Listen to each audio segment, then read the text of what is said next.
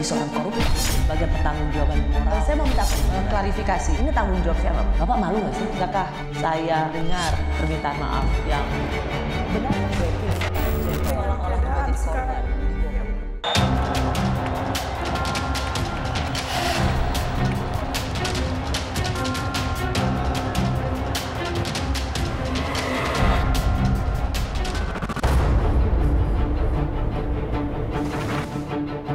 Kehadiran pelaksana tugas Ketua Umum P3 Muhammad Mardiono di halal bihalal Partai Golkar menimbulkan pertanyaan. Benarkah P3 akan merapat kepada Koalisi Indonesia Maju pengusung Prabowo Gibran? Ya sekarang kan saya belum bisa menjawab karena kan P3 masih menjadi Koalisi Indonesia Bersatu, yaitu koalisi pemerintahan Pak Joko Widodo ya.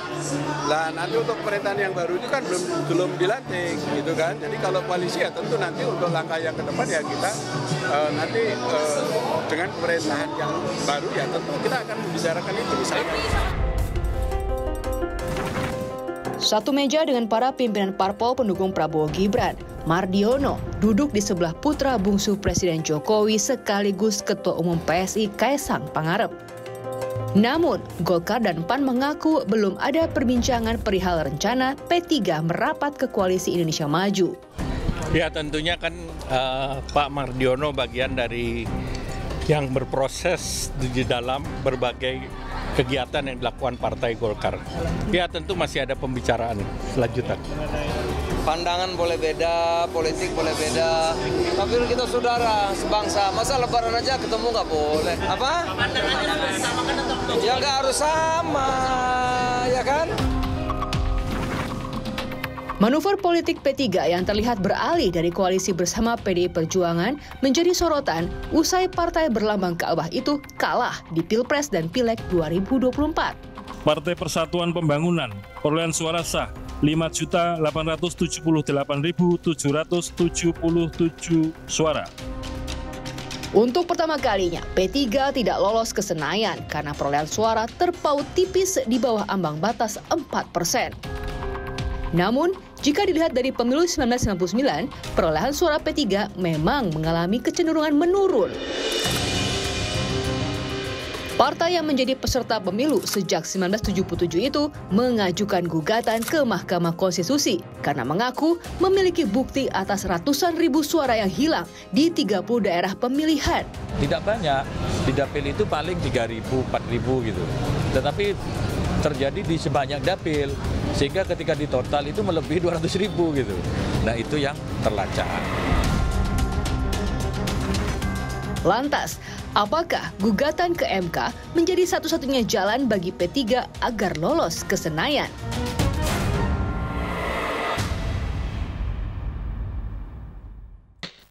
Saya sudah bersama pelaksana tugas Ketua Umum Partai Persatuan Pembangunan atau P3, Bapak Muhammad Mardiono.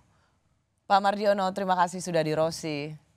Terima kasih, selamat sore, assalamualaikum Mbak Rosi. Waalaikumsalam Pak. Rasanya belum terlambat untuk mengucapkan selamat Idul Fitri, maaf lahir batin Pak Mardiono. Sama-sama saya menyampaikan kepada segenap seluruh jajaran Kompas TV, mohon maaf lahir dan batin, minal aidin wal faizin. Ini rasanya wawancara pertama dengan Pak Mardiono setelah kabar dari KPU yang mengatakan bahwa partai berlambang Ka'bah tidak masuk ke parlemen. Ini sejarah. Ya. Pak Mardiono, saya ingin tanya dulu bagaimana suasana hati Pak Mardiono ketika semua orang membicarakan, semua media memberitakan pertama kali dalam sejarah partai berlambang Ka'bah yang sudah ada sejak zaman Orde Baru, 11 kali pemilu, hilang dari parlemen. Ya Mbak Rosi, terima kasih. Jadi walaupun pada saat itu kita berpikir ya ini memang merupakan satu keniscayaan yang memang harus terjadi, tetapi memang ada keterkejutan. Karena apa? Karena di menjelang pemilu itu kita juga sudah mempersiapkan diri dengan baik, termasuk diantaranya kita masih meyakini bahwa dari perolehan suara yang kita rangkum di pusat tabulasi nasional kita, itu kita masih bisa mendapatkan lebih dari 4%. Ya. Itu menjelang pemilu kita sudah mendapatkan laporan-laporan itu. Nah kemudian pada pelaksanaan perhitungan suara kita juga melihat di situ ada Realcon, kemudian ada Sirekap KPU, ya kita cenderung di situ naik turun, dan terakhir Mbak Rosi itu kan kita setelah mengalami penurunan di hari ketiga, keempat, lalu kalau nggak salah kita berada dalam posisi 3,8 ya.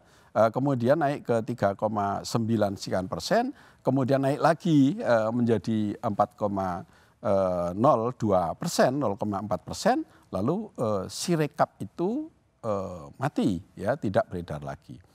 Lah, jadi ini Bapak tentu, melihat ini ada sebuah keanehan ya, bahwa dalam proses perhitungan melalui Sirekap itu bahkan sudah lebih dari 4%, tapi kemudian seperti terblok bahkan turun gitu?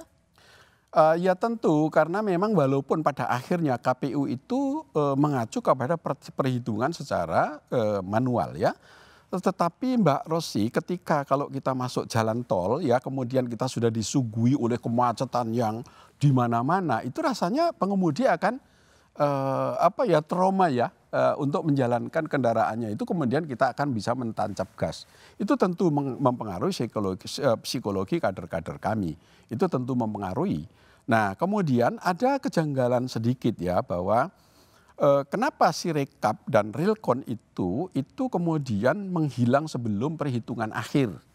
Ya, sedangkan karena kalau kita banyak rekan-rekan juga yang menempatkan pada P3 sebagai partai yang berbasis pada tradisional itu, kita sudah meyakini bahwa tentu KPU akan semakin canggih.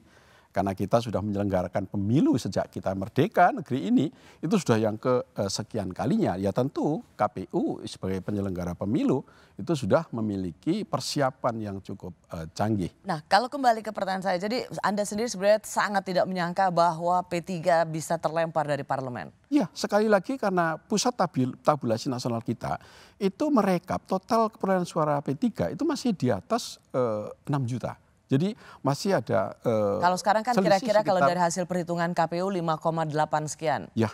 5,8 juta atau sekitar 3,87%. Kurang 0,1%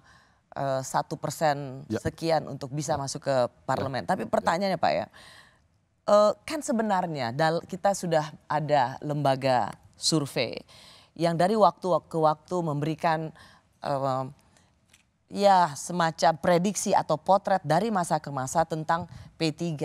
Dan dalam berkali-kali itu sudah terpotret P3 itu mengalami penurunan suara. Apakah ini tidak dianggap sebagai sebuah alarm bagi P3? Karena sering sekali juga ketika contoh Litbang Kompas survei tentang P3 yang harus berhati-hati karena tidak lolos, terancam tidak lolos masuk ke parlemen, selalu ada jawaban, kami selalu memang dipotret tidak lolos masuk parlemen, tapi nyatanya kami lolos dari parlemen. Apakah ini tidak menunjukkan gejala terlalu pede sehingga lupa bahwa memang ada yang harus dibenahi di P3, Pak Mardiono?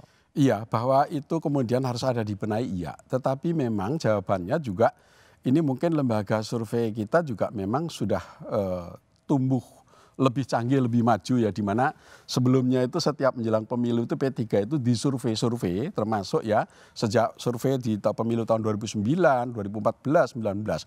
P3 itu dari hasil survei itu tidak pernah mendekati, ya jauh. Jadi kalau lembaga survei itu mensurvei 2,5 hasilnya 5. Gitu ya. Kalau 2 hasilnya 4 lebih gitu. Itu selalu itu. Termasuk dari perjalanan surveinya Litbang Kompas. Itu selalu begitu jawabannya di akhir perolehan suara di pemilu. Nah, kemarin rupanya di lembaga survei juga udah lebih canggih lagi ya. Ya mungkin P3 yang terlambat juga memotret itu. Tetapi P3 sudah mempersiapkan diri juga jauh-jauh. Karena sorry Pak Mardiono, artinya memang ada semacam terbuai begitu, karena biasanya juga lembaga survei salah memotret P3. Jadi kalau kemarin untuk pemilu 2024 ini potret P3 memang punya potensi tidak masuk dalam parlemen, itu semacam biasa juga salah, tapi pasti nanti P3 lolos juga masuk parlemen. Tidak juga ya, P3 mempersiapkan diri itu sudah 1 tahun lebih. ya. Jadi 1 tahun terakhir sejak saya itu menggantikan Pak Suharso Mano Arfa, ya, saya selalu turun ke lapangan, bahkan banyak daerah yang tidak pernah ya didatangi ketua umum, itu saya datangi. Saya dari Aceh sampai ke Papua, saya datang bukan hanya ke DPW-DPW, menemui masyarakat melalui tokoh ulama, ya, tokoh masyarakat, tokoh pengusaha, para pengusaha-pengusaha UMKM, mahasiswa. Saya turun dari Aceh sampai ke Papua. Bahkan daerah-daerah yang waktu itu sesungguhnya saya tidak diizinkan oleh aparat keamanan karena daerah itu sedang bergejolak. Tetapi saya bilang saya harus menyapa kader-kader kami yang sedang berjuang. Pak Mardiono ingin mengatakan bahwa sebagai Ketua Umum PLT Anda menjalankan tugasnya. Turun ke bawah, menyosialisasikan program-program P3. Jadi bukan berdiam diri sehingga hasil kalau versi KPU itu terlempar atau tidak lagi ada di parlemen. Kan gini Pak, rasanya ketika P3 terlempar dari atau tidak lagi masuk ke parlemen, tidak memenuhi ambang batas 4%. Dan dari tahun ke tahun kita tidak bicara survei Pak Mardiono, tapi kita berbicara hasil perolehan suara. Tertinggi P3 itu di 1999 10%.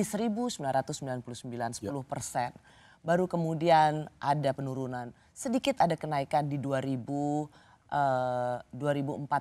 kalau tidak salah, ada kenaikan sedikit. Kalau kita melihat perolehan suara dari masa ke masa, bukankah ini juga sesungguhnya survei satu hal, tapi faktual perolehan suara itu hal berikutnya. Tidak ada sebuah kenaikan yang cukup berarti oleh P3. Bukankah Pak Mardiono sebagai Ketum PLT P3 melihat bahwa P3 ini sudah ditinggalkan oleh pemilih tradisionalnya? Saya sulit untuk bisa memberikan jawaban itu karena saya yang langsung turun ke lapangan bahwa P3 itu partai yang masih eksis di grassroots, ya. Bahwa setiap saya melihat di struktur apakah di tingkat kabupaten kota, ya, di tingkat provinsi itu secara merata, ya, dari Aceh sampai ke Papua, dan termasuk perolehan suara kami sekarang dari Aceh sampai ke Papua itu juga kita masih termasuk, ya, memperoleh suara yang cukup merata, ya. Bahkan daerah-daerah tertentu kami yang tadinya kosong. Mengukurnya gimana Pak Mardiono? Ya. Mungkin Pak Mardiono datang, banyak orang yang datang, tapi kan faktanya setiap 5 tahun sekali itu ada perolehan suara yang menurun. Artinya kan memang P3 ini tidak lagi merasa menjadi bagian dari pemilih tradisional yang dulu. Tidak ada turun-menurun keinginan atau P3 ini tidak lagi menjadi daya tarik bagi pemilih masyarakat muslim. Oh tidak Mbak Rosi. Mbak Rosi, itu di tingkat kabupaten kota kami mengalami kenaikan perolehan suara itu termasuk perolehan kursi. Itu ada di 93 kabupaten kota. Ya. Bahkan sekarang kami juga mendapatkan wakil pimpinan dewan di kabupaten kota yang jumlahnya juga masih cukup signifikan. Oke, kita bicara soal pemilu di tingkat provinsi dan kabupaten kota. Pemilu kita Mbak Rosi, ini kan secara nasional. Nah, saya ingin mengatakan bahwa P3 tidak ditinggalkan oleh pemilih, dipilih.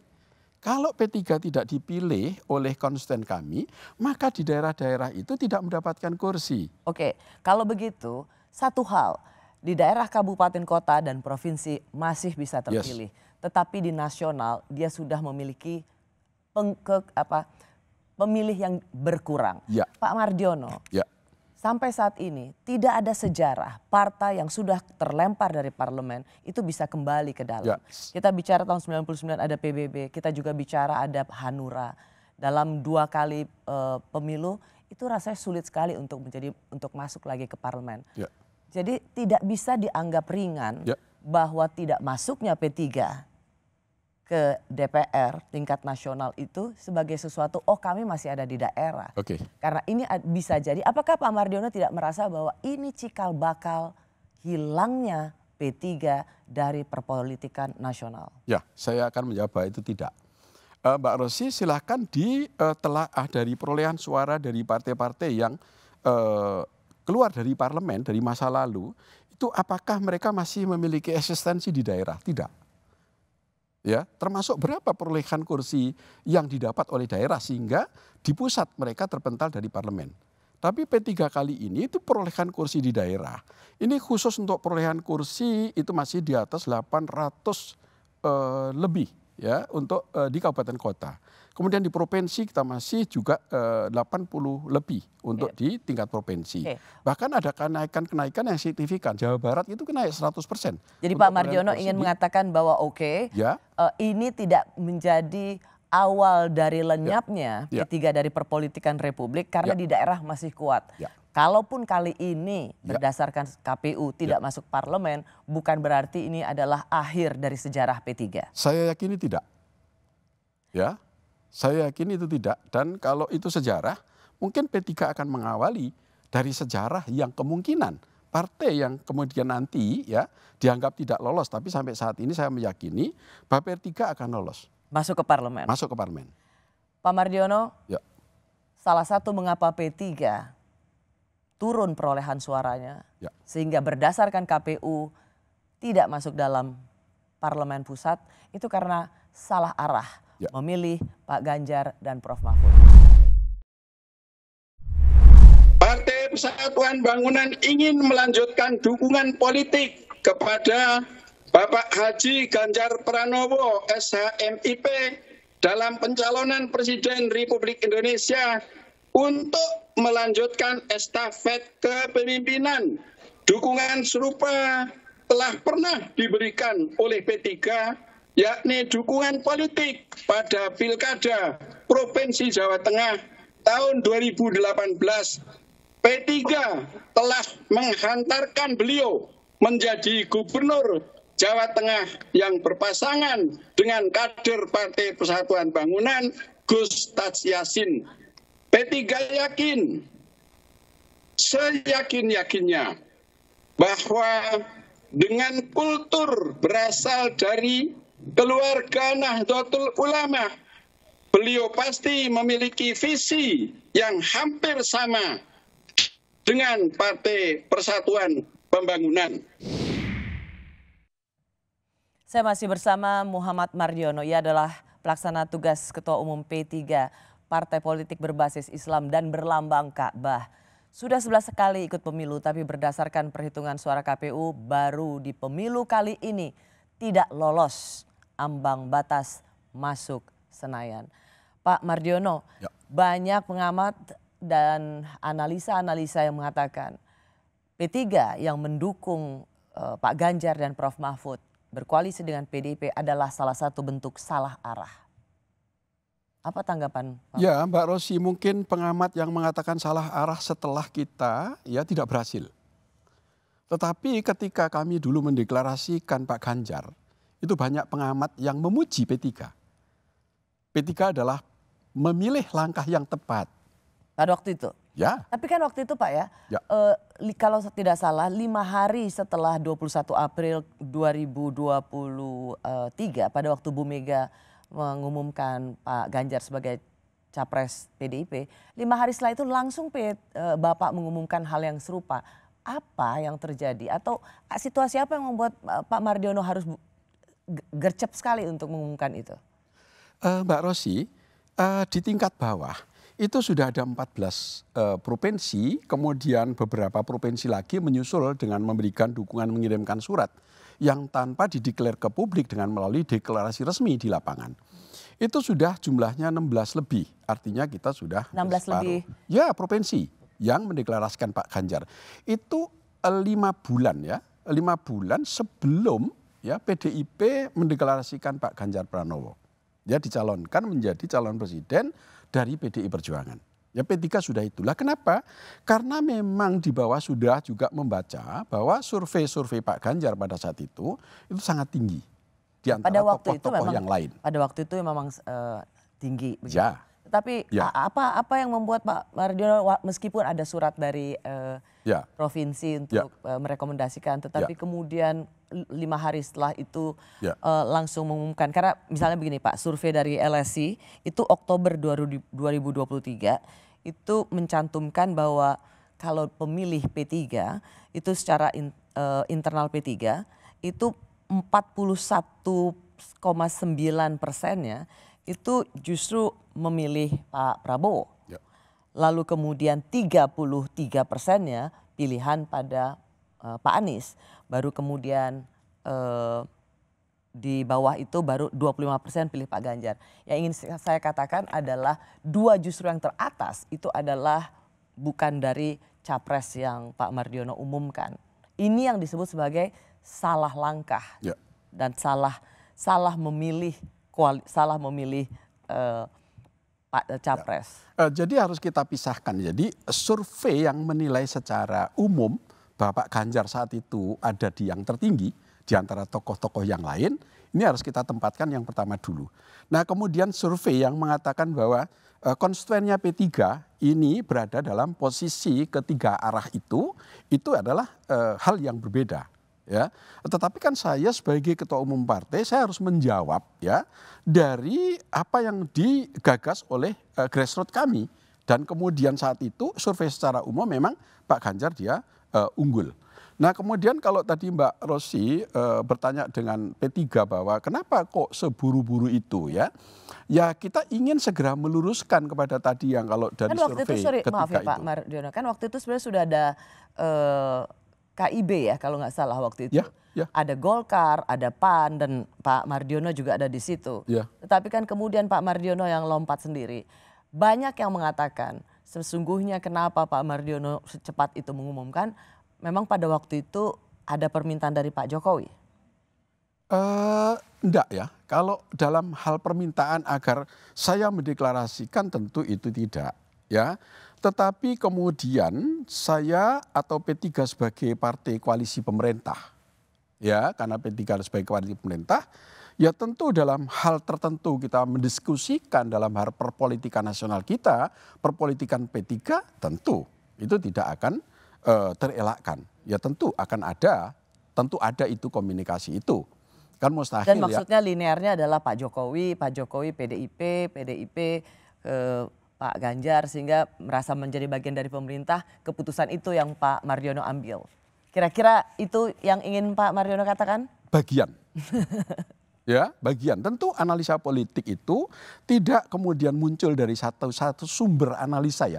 Tentu kita merangkum dari banyak analisa yang terjadi yang muncul kemudian menjadi sebuah kesimpulan dari survei. Kemudian kalau kita melihat ya P3 sebagai partai koalisi pemerintah ya, Pak Presiden Jokowi juga sebagai kader PDIP, kemudian PDIP partai PDI Perjuangan juga sebagai pemenang pemilu ya tentu itu menjadi bagian dari awalnya mungkin Pak Mardiono merasa lebih cepat supaya merasa lebih ikut bagian dari yang membeli saham premium. Iya, jadi kalau pedagang ya kalau mau beli saham ya seri A ya, supaya dia lebih awal kita bisa mendapatkan nilai yang masih harganya rendah tetapi value-nya akan lebih dan ternyata tinggi ketika ini semua tidak terjadi seperti yang Pak Mardiono lihat atau prediksi, Pak Mardiono mau mengakui bahwa salah arah?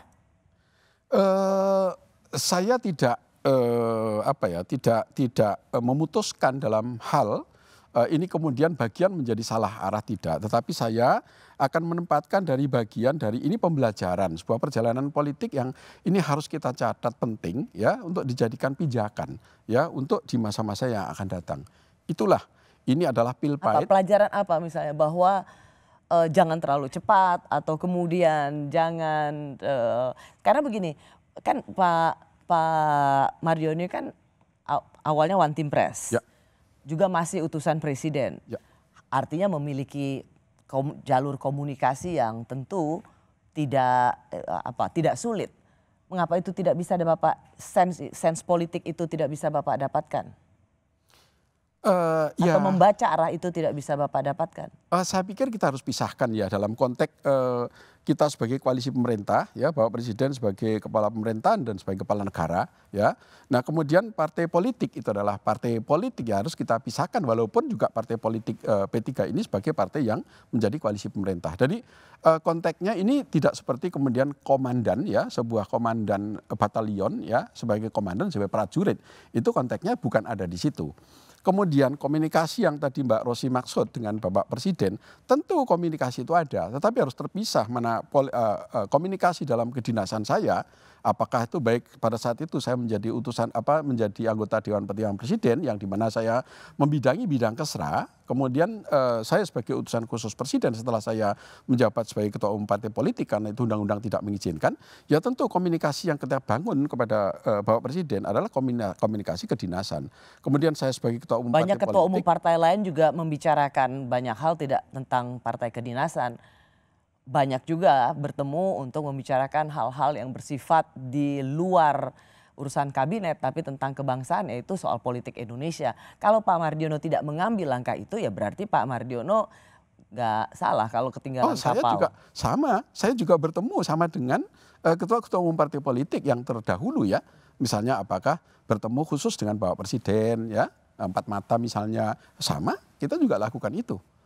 Kita juga dan waktu itu arah pembicaraannya apakah memang sebenarnya ya memang harus mendukung atau ada semacam gesture bahwa memang mendukung Pak Ganjar atau kemudian hal yang lain, karena saya ingin mendapat gambaran bagaimana mungkin P3 yang dianggap rasanya tidak memiliki karakter yang cukup pas untuk segera buru-buru, dan tapi ternyata itu diambil oleh Pak Mardiono dan ternyata ini akibatnya lihat tidak P3 harus mengambil risiko kehilangan pemilih tradisionalnya.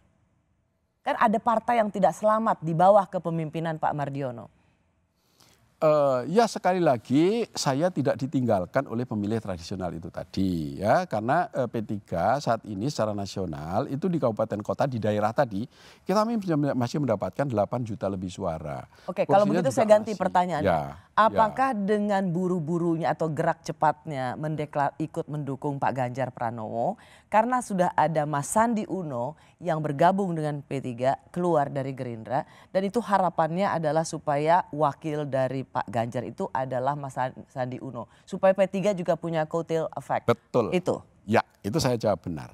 Jadi P3 setelah mendeklarasikan Pak Ganjar, tidak lama memang waktunya kemudian kita mendeklarasikan Pak Sandi sebagai calon wakil presiden yang diusung oleh Partai Persatuan Pembangunan. Itu memang Kompas TV juga merilis itu. Publik sudah mengetahui itu. Karena secara resmi memang kita dideklarasikan waktu itu di Hotel Sultan. Oke, ya. Kalau itu tidak terjadi ya. Dan kemudian tidak ada strategi yang berubah, ya. Apa? Karena misalnya begini, saya harus membandingkan misalnya Caimin PKB, salah satu targetnya adalah ia harus menjadi wakil presiden. Tetapi ketika gelagat dengan bersama Pak Prabowo, ia tidak sepertinya potensi menjadi wakil presiden lenyap begitu, semakin tipis, maka ia pindah haluan. Mengapa strategi atau kelincahan seperti ini tidak dimiliki oleh Pak Mardiono atau tidak menjadi salah satu opsi yang harus Anda lakukan? Gini ya, jadi di P3 itu partai yang cukup demokratis tetapi taat asas. Jadi di P3 itu ada 4 majelis. Ada majelis kehormatan yang menjaga kehormatan partai ini, ada majelis pertimbangan yang selalu memberi pertimbangan-pertimbangan, kemudian majelis syariah tentang keagamaan, kemudian majelis pakar yang selalu melakukan kajian-kajian untuk langkah-langkah politik itu. Dari 4 majelis itu berpedoman pada 6 prinsip perjuangan partai yang ditinggali oleh para pendiri. Ya, dari situ maka tidak kemudian semua keputusan P3 itu kemudian bisa diputuskan oleh seseorang untuk mudah untuk berbalik. Membalikkan arah itu juga tidak mudah. Ya, nah oleh karena itu P3 selalu menjalankan keputusan-keputusan dengan senantiasa taat asas.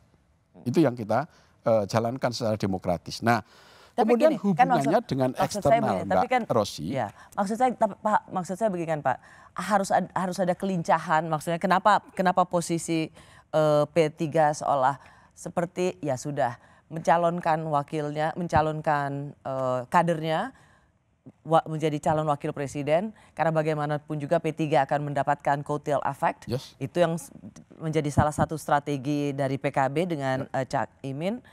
Soal kalah menang urusan lain, tapi PKB mendapat tambahan suara untuk partainya. Mengapa pilihan-pilihan untuk menyelamatkan partai demi perolehan suara atau kotel efek itu tidak menjadi prioritas? Ya, kita sudah memilih dan tentu ini tidak terlepas ya, tadi saya sampaikan bahwa kita memilih bersama-sama dengan PDI Perjuangan, kemudian kita mendeklarasikan Pak Ganjar, kemudian ada Pak Sandi yang kita deklarasikan sebagai calon wakil presiden. Ini tidak terlepas dari tingkat hasil keputusan strategi politik ya, yang secara bersama-sama tentu ya, yang mata rantainya tentu tidak bisa diputuskan ya antara partai yang kita sebut sebagai koalisi, tapi kalau Bu Mega beliau tidak menyebut koalisi ya, tapi kerjasama politik. Ya, oke lah, itu kita sebut sebagai kerjasama politik. Itu juga tidak terlepas ya dari keputusan-keputusan arah politik itu. Atau sebenarnya karena sudah ada Mas Sandi di P3, posisi P3 jadi serba salah. Mau ke Pak Prabowo sudah mungkin karena relasi mau menawarkan Mas Sandi juga sudah tidak mungkin karena ia berasal dari Gerindra.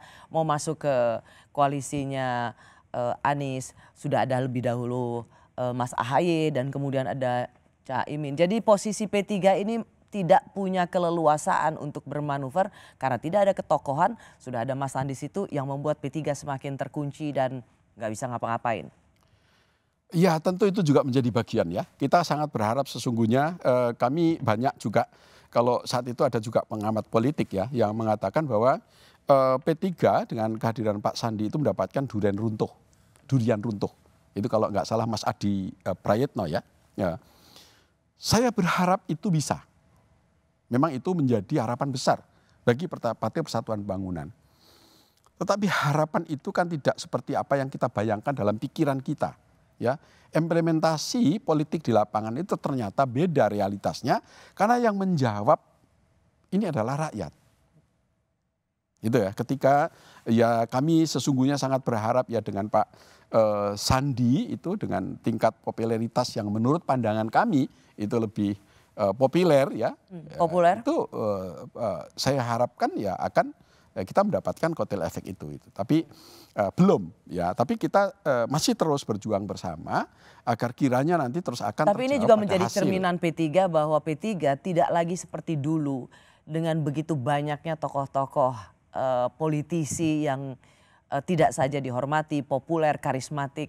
Ini sesungguhnya menjadi salah satu pelajaran P3 bahwa setelah mungkin terakhir Pak Hamzahas, P3 sudah kehilangan tokoh karismatiknya atau personanya sehingga tidak ada lagi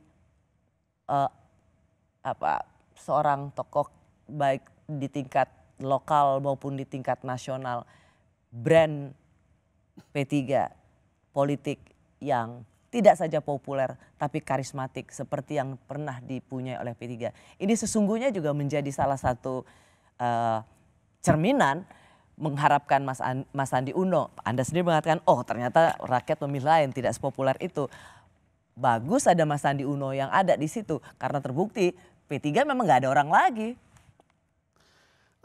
Enggak juga sebenarnya ya. Di P3 itu ada tokoh karismatik kita yang besar yaitu dulu ada Kiai Haji Maimun Zubair ya. Oh, iya. Itu menjadi guru panutan kami semua. Kalau saya mengatakan dalam politik praktis sekarang, iya. Betul-betul kehilangan siapa yang ada di panggung politik praktis sekarang yang bisa dianggap menjadi brand politik P3. Nah kemudian dari ketokohan Kiai Haji Maimun Zubair almarhum Al-Mukarram itu juga dilanjutkan oleh putranya, putra mantunya yaitu Pak Kiai Haji Mustafa Agil Sirot.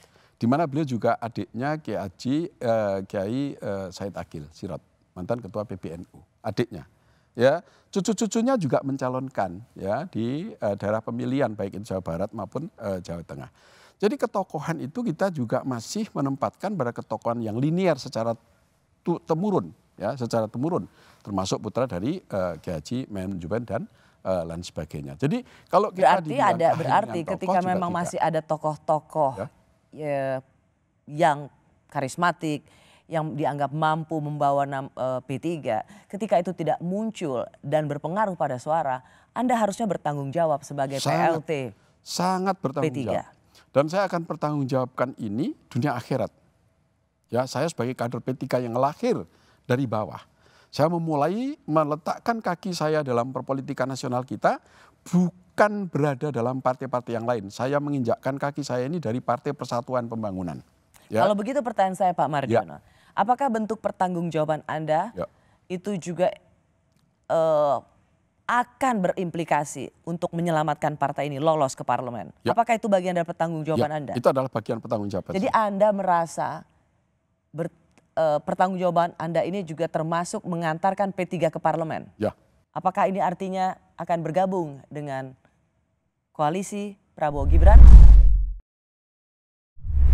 Dalam rangka survival sebagai partai Ka'bah, ya kami dorong P3 untuk melakukan komunikasi politik. Karena itu menjadi bagian dari sejarah bangsa ini.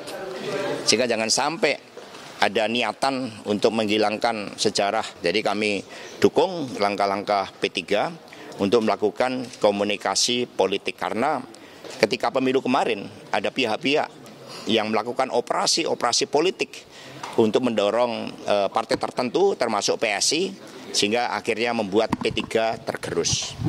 Itu hasil operasi politik. Saya masih bersama pelaksana tugas Ketua Umum P3 yang juga pernah menjadi anggota Dewan Pertimbangan Presiden periode 2019-2022, Pak Muhammad Mardiono. Pak Mardiono, tadi kalau kita mendengar apa yang dikatakan oleh Sekjen PD Perjuangan, Mas Hasto, yang mengatakan demi survival atau supaya P3 ini bisa bertahan. Silakan untuk berkomunikasi dengan koalisinya Pak Prabowo Gibran. Ya tentu tidaklah mungkin partai politik itu kemudian berdiam diri ya dalam menjalankan langkah-langkah strategi politiknya. Itu tidak mungkin. Kami terus melakukan komunikasi politik dengan berbagai pihak, ya, tentu untuk membangun sebuah.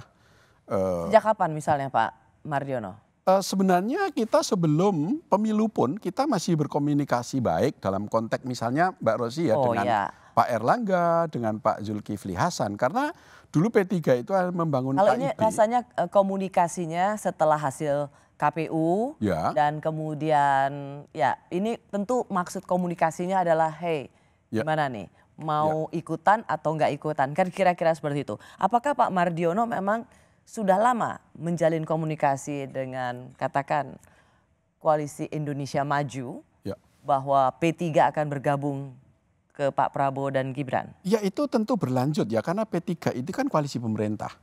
Dan Indonesia Maju itu kan juga menjadi bagian dari koalisi pemerintah itu. Jadi Pak Mardiono sebenarnya sudah berkomunikasi sama Pak Prabowo? Iya tentu, kalau Pak Prabowo kan juga sama koalisi pemerintah. Kita di parlemen juga kita sama-sama. Artinya tidak mungkin komunikasi itu terputus. Ya komunikasi itu tentu terus bersambung. Nah kemudian dalam konteks apakah kita bergabung atau tidak ya. Itu kan nanti kalau sudah selesai itu kan tidak mungkin jadi lahir dari satu arah ya. Dari Partai Persatuan Pembangunan saja. Ini kan melibatkan banyak hal termasuk di dalamnya adalah ya tentu bagaimana untuk membangun pemerintahan ini yang akan datang. Oke, berarti Pak Mardiono ketika Pak Mardiono datang ke halal bihalal Partai Golkar waktu itu sebenarnya kode ya. Bahwa kode akan bergabung dengan partai-partai koalisi pendukungnya Pak Prabowo dan Mas Gibran.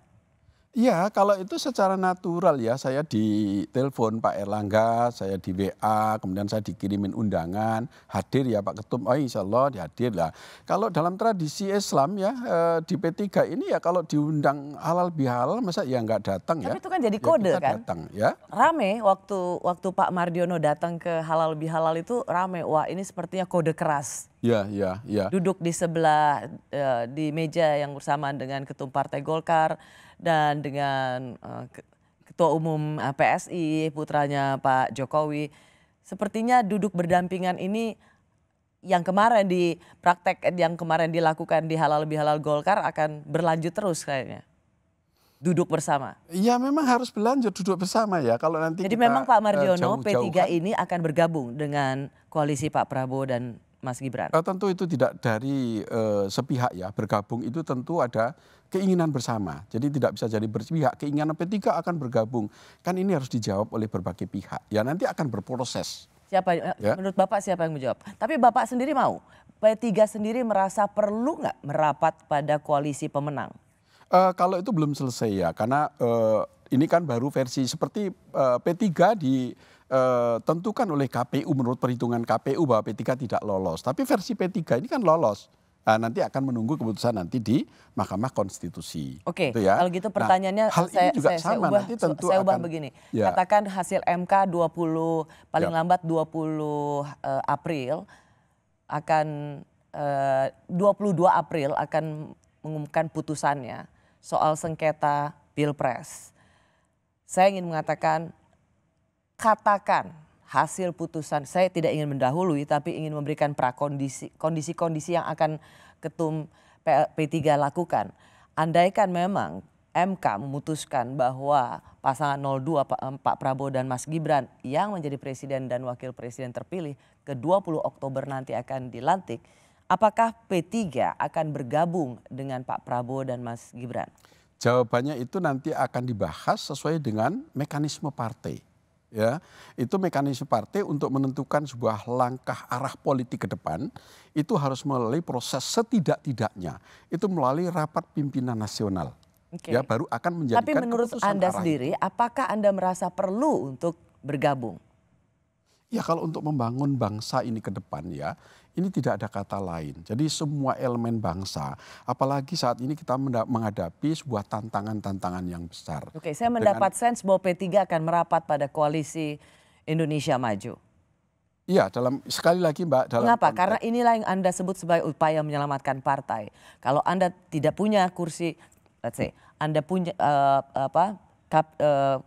tetap berada di luar parlemen, tidak ada kursi di DPR pusat, kemudian tidak ada juga kursi di DPR, tidak ada partai yang mau sengsara seperti itu Pak dalam 5 tahun ke depan.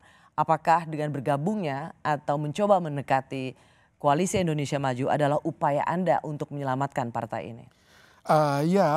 Dalam semua hal. Jadi lobby-lobby politik itu dalam semua tujuan itu masih kita lakukan. Ya.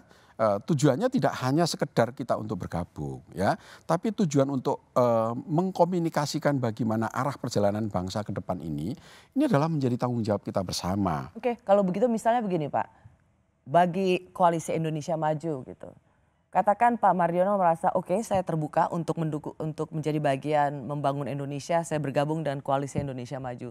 Tetapi buat mereka yang sudah bekerja di sana, apa gunanya ada P3? Jadi kira-kira apa daya tawar P3 untuk bisa diikut sertakan di koalisi Indonesia Maju? Itu terserah, itu versi. Kalau kita mau berkeluarga ya, itu kan pasti berdiri dari 2 versi ya.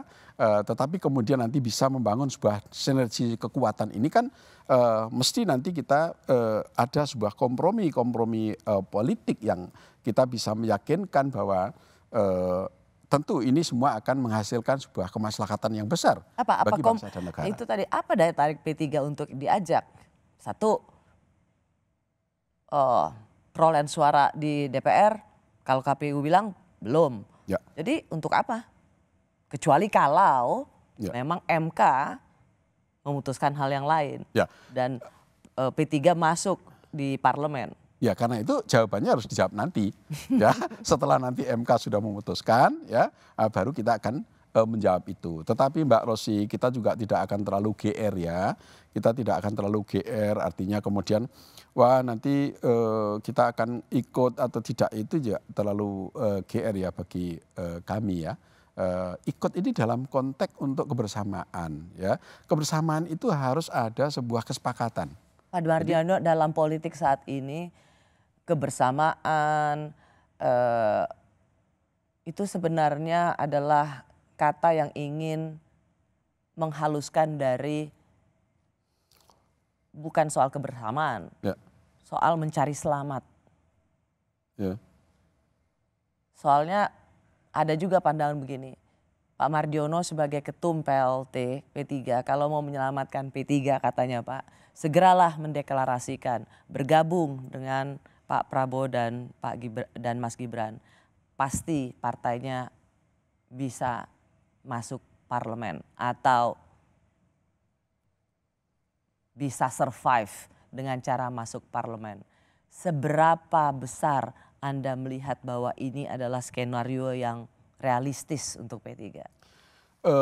Ini jawabannya nanti kan harus terpisah. Jadi P3 bisa nanti mendapatkan keputusan yang adil, itu kewenangannya ada di Mahkamah Konstitusi. Ya, ini keputusannya nanti Mahkamah Konstitusi. Dan kemudian selanjutnya keputusan politik P3 itu akan bergabung dengan lebih dahulu mendeklarasikan katanya akan dibantu supaya survive. Seberapa besar Anda percaya pada pernyataan politik ini atau bisik-bisik politik ini? Ya, saya pikir kalau membantu politik, Mbak Rosy sudah mengemuka di publik ya, bahwa semua pihak ya sayang dengan P3, akan membantu dan menyayangkan apabila nanti P3 sampai tidak lolos ke parlemen. Ya, itu banyak pihak yang sudah mengemuka itu, menyayangkan. Artinya ada keinginan untuk memberikan bantuan-bantuan itu. Nah, itu sudah tentu ya, termasuk selama ini sudah mengemuka, tidak lagi tertutup ya untuk bagaimana membantu P3 agar tetap bisa lolos di parlemen. Namun saya mau tanya Pak, ini, saya agak lompat sedikit. Menurut Bapak, tidak masuknya berdasarkan KPU P3 ini memang ada operasi politiknya? Saya katakan bisa ya, bisa tidak. Operasi politik, ya atau tidak? Ya. Tidak lolosnya P3 masuk ke parlemen karena ada operasi politik? Ya atau tidak? Karena gini ya, operasi politik ini kan semua partai melakukan. Karena menginginkan untuk kemenangan. Kita tahu kalau pertanyaan operasi politik pasti bukan antara partai yang sejajar. Ya. Operasi politik itu pasti dari sesuatu yang jauh lebih powerful. Ya, sesuatu yang punya keinginan besar ya, yang memiliki kepentingan agar mungkin P3 tidak lolos gitu ya. Ya, kalau menurut saya bisa iya. Karena apa? Karena tadi sudah saya sampaikan ya, agak ironis ya. Kita di daerah masih begitu besar suaranya, masih lebih dari 8 juta suara ya, kursinya masih banyak. Ya, kemudian di provinsi kita juga masih lebih dari 6 juta suara. Kemudian di pusatnya kita hanya kekurangan. Ya, sepertinya memang kok seperti ada yang ngelok gitu ya. Oke, Pak Mardiono, izinkan saya suudon politik seperti itu. Izinkan saya mencoba membacakan lagi apa yang dikatakan oleh Roma Hurmuzi. Ya. Dia mengatakan, mohon atensi kepada KPU RI dan Bawaslu. Operasi apa ini? Meminjam bahasa Pak Yusuf Kalla, apakah ini operasi sayang anak lagi? Apakah operasi politik yang Anda katakan tadi itu juga hampir sama dengan operasi sayang anak yang ditulis oleh Roma Hurmuzi? Menurut pandangan saya berbeda ya. Menurut pandangan saya tidak seperti itu ya. Operasi yang saya maksud adalah operasi dalam hal kompetisi. Ya, ini ada operasi-operasi yang memang bagaimana caranya untuk karena gini ya, karena P3 ini kan juga ada yang menginginkan dan ada yang diuntungkan tentu kalau P3 ini tidak lolos. Kan tentu itu ada yang diuntungkan. Gitu. Jadi Anda tidak sepakat bahwa Anda melihat bahwa ada operasi politik untuk mengecilkan P3, tapi bukan karena operasi sayang anak. Jadi Anda tidak melihat misalnya kalau di sini disebutkan operasi sayang anak tentu refernya ke tidak ya, karena tidak semudah itu kemudian akan memindahkan suaranya P3 menjadi sebuah hadiah sayang anak itu. Saya kalau nggak sepakat itu, rasanya sulit medianya ya, tidak akan semudah itu ya. Karena di dalam pelaksanaan politik dalam negara demokrasi seperti Indonesia itu begitu banyaknya ya proses-proses yang harus kita lalui. Jadi ya menurut kesimpulan itu terlalu sederhana ya. Tetapi kemudian itu ada misalnya grand desain lain itu seperti Mbak tadi saya di dalam obrolan ringan sebelum kita memulai saya sudah menyampaikan, bahkan Mbak Rosy juga menyampaikan bahwa P3 selalu diwarnai dengan eksiden. Ya, di mana pemilu tahun 2009 ya, kita itu mau menjelang pemilu di puncak Bogor sana ya, kita itu ada suatu tokoh kita ya, itu dijemput oleh Kejaksaan Agung. Oh, Anda mau mengatakan bahwa setiap hampir 5 tahun sekali Ketua Umum P3 itu selalu kena kasus hukum. Dan 2014 kali ini 2024 alhamdulillah saya bisa menghantarkan ini tanpa ada eksiden tertentu. Baik apakah itu eksiden yang disebabkan oleh internal misalnya konflik ya. Dulu itu kalau kita mau menetapkan misalnya mungkin supaya penonton teringatkan kembali Pak Pak Mardiono ini ingin mengingatkan 2009 ada ketuanya ditangkap, Ya. ada kena kasus hukum. 2014 Ketua Umum P3 Pak Surya Dharma Ali itu juga kena kasus hukum. Lalu 2019 sebelum pemilu juga ada Romi yang tadi baru saya sebutkan juga kena kasus hukum.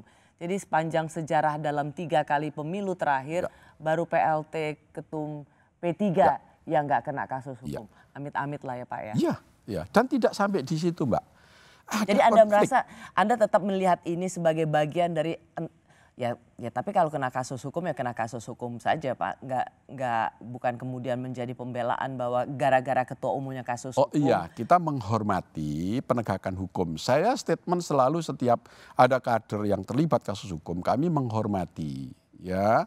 Tetapi ya ini kok waktunya juga tepat pada saat-saat menjelang pemilu misalnya. Ya Berarti kalau mungkin bisa itu itu menjadi sebuah situasi yang merugikan P3 karena ketua umumnya terkena belum lagi korupsi. soal konflik Mbak. Ya konflik di internal itu ya kita menghadapi pemilu 2014 kita mengalami konflik internal yang panjang. 2019 juga sama. Nah alhamdulillah di era saya ini selama 1 tahun lebih kita hampir zero konflik. Zero konflik. Kemudian terhadap eksiden yang kaitannya dengan kader yang soal hukum segala macam, khususnya di kalangan elit, itu juga sama, ini zero. Ini kita jaga betul Mbak. Baik. Saya tidak bisa membayangkan kalau kali ini sampai terjadi kembali. Ini kami jaga, dan alhamdulillah saya bisa mengantarkan sampai pemilu, mungkin kalau kita terjadi eksiden kembali, mungkin hasilnya tidak, kita hanya kurang suara segitu, mungkin lebih parah lagi. Baik. Jadi kita tidak fair lah kalau menjawab ini misalnya kemudian hasil yang menyebabkan keterpurukan dalam pemilu ini ya mungkin karena seseorang yang kerjanya gagal. Tetapi juga ada jawaban lain. Jangan-jangan kalau tidak dikerjakan oleh orang itu jangan-jangan lebih buruk lagi. Jadi juga bisa jawaban begitu gitu. Itu kan objektivitasnya kan harus kita kaji. Artinya tidak bisa menjawab secara sepihak itu. Baik. Pemilu 2024 menjadi catatan sejarah bagi kepemimpinan Mardiono di P3. Seperti apa nasib P3 dan PLT ketua umumnya? Saya masih bersama pelaksana tugas Ketua Umum P3 yang pernah menjadi anggota One Team Press dan utusan khusus Presiden bidang kerjasama pengentasan kemiskinan dan ketahanan pangan Muhammad Mardiono. Pak Mardiono, kita sudah panjang berdiskusi mencari. Saya bertanya kenapa P3 bisa, kalau berdasarkan dari KPU, tidak lagi duduk di parlemen. Pak Mardiono sebagai ketum PLT tadi Anda bilang saya bertanggung jawab dunia dan akhirat. Tapi mungkin ini belum cukup. Apakah Bapak tidak merasa pertanggungjawaban itu juga ditunjukkan dengan saya gagal dan saya mau mundur? Ya. Mbak Rosi, pertanggungjawaban politik itu ada 2. Yang pertama adalah tanggung jawab moral. Ya, ini harus dipertanggungjawabkan dunia akhirat. Karena dalam kehidupan setiap langkah hidup ini akan dipertanggungjawabkan nanti ke hadapan Tuhan. Pertama adalah tanggung jawab moral. Itu yang saya sebut tadi, saya akan bertanggung jawab sampai ke akhirat. Tanggung jawab politik yang kedua adalah bagaimana membayar ya utang itu ya hingga bisa lunas. Kan itu. Maksudnya bayar gimana Pak? Ya, artinya kalau P3 ini saat ini ya mengalami kondisi penurunan suara, bagaimana kita membangun sebuah grand design baru, menghantarkan nanti untuk ke depan, itu bisa membawa potensi ke arah langkah yang lebih baik lagi. Nah, tempatnya ada di mana? Di muktamar nanti. Ya, karena untuk merubah semua tatanan, ya untuk membuat sebuah kesepakatan baru, untuk menentukan sebuah langkah-langkah politik baru, itu nanti ada di muktamar. Okay. Termasuk di dalamnya adalah bisa merubah anggaran dasar dan anggaran rumah tangga. Jadi kalau misalnya ditanyakan atau ada suara internal, meskipun tidak terlalu keras terdengar keluar, tetapi tentu kita bisa mendengar cukup banyak yang mulai mengatakan ya harusnya ada pertanggungjawaban PLT ketum dong, bertanggung jawab bahwa ketum gagal. Betul. Dan cara yang paling bertanggung jawab dan berintegritas, ya mundur sebagai bagian dari kejantanan itu. Iya, justru kalau saya menganggap mundur adalah bukan jantan, pengecut. Ya, mundur dari sebuah pertempuran, ya, mundur dari sebuah perjuangan, ini adalah pengecut buat saya. Pantang menyerah. Nah, cuman konsekuensinya apa? Bahwa tujuan kita ini adalah untuk membangun sebuah tujuan yang lebih baik lagi. Itu harus kita persembahkan, yes. Kalau begitu begini, saya melihat, koreksi saya kalau salah. Saya menangkap apa yang ingin Pak Mardiono katakan adalah satu, saya akan bertanggung jawab. Ya. Last resortnya Pak Mardiono adalah memastikan P3 ini lolos di Mahkamah Konstitusi. Itu dulu yang ingin Bapak lakukan.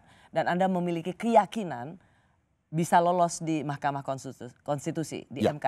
Kira-kira berapa kursi lagi untuk bisa Anda dapatkan dan masuk ke parlemen kira-kira? Ya, Mbak Rosy, kita yang sudah dinyatakan oleh KPU itu sudah lolos itu adalah 12 kursi. Ya. Jadi kemudian berapa untuk kursi lolos lagi kira-kira? parliamentary threshold, ya itu kita butuh suara tambahan menurut versi KPU yaitu 190.000. Ya, dari perolehan suara kita nasional. Nah, kemudian suara yang sekarang ini sedang kita perjuangkan ke MK jumlah kursi itu ada 6 lagi. Ya, jadi nanti kalau dua-duanya lolos, kami ada 12 dan ada 6. Tapi kalau misalnya katakanlah ini enggak lolos, kita konsentrasinya adalah bagaimana kita bisa lolos ke parliamentary threshold, yaitu menuntut keadilan terhadap suara kita yang hilang. Karena ini adalah amanah mandat dari rakyat yang harus kita perjuangkan. Itu adalah salah satu target perjuangan yang ingin dilakukan oleh PLT Ketum. Betul. Karenanya saya melanjutkan pertanyaan saya. Jika itu pun gagal, tanggung jawab apa yang ingin Pak Mardiono lakukan? Ya, nanti akan saya sampaikan di muktamar. Di masa. Jadi pertanggungjawaban politik di dalam struktur partai itu nanti kalau di P3 itu ada di muktamar. Nah, di muktamar ini adalah para pemegang kedaulatan itulah yang dan nanti itu masih 2 tahun lagi? Enggak. Itu nanti di Desember atau selambatnya nanti di Januari tahun 2025. Oh, Desember tahun ini? Jadi tinggal beberapa bulan lagi aja, ya. Tinggal beberapa bulan lagi. Nah, sekali lagi saya garis bawahi, mundur adalah pengecut. Mundur adalah tidak bertanggung jawab. Mundur adalah bukan jiwa prajurit yang kalah perang. Ya. Prajurit kendati pun kalah perang, tidak ada kata mundur. Lebih baik mati daripada kembali tapi gagal dalam tugas. Itu adalah prinsip seorang prajurit. Terima kasih Pak Mardiono sudah bersama Rosy untuk membicarakan partai berlambang Ka'bah yang oleh perhitungan KPU tidak lolos parlemen, tapi Anda punya keyakinan masih ada peluang untuk lolos. Kita ketemu lagi. Baik. Untuk pertanyaan, masuk kabinet atau tetap di luar membenahi P3 dari luar kabinet atau di luar parlemen. Makasih Pak Mardiono. Terima kasih Mbak Rosy atas waktunya sudah memberikan kesempatan bagi P3 untuk berdiskusi dengan Mbak Rosy di forum yang terhormat ini. Terima kasih Pak. Selamat sore. Saya Rosyana Silalahi menutup perjumpaan kita. Terima kasih sudah menyaksikan Rosy. Sampai jumpa Kamis depan. Tetaplah di Kompas TV, independen terpercaya.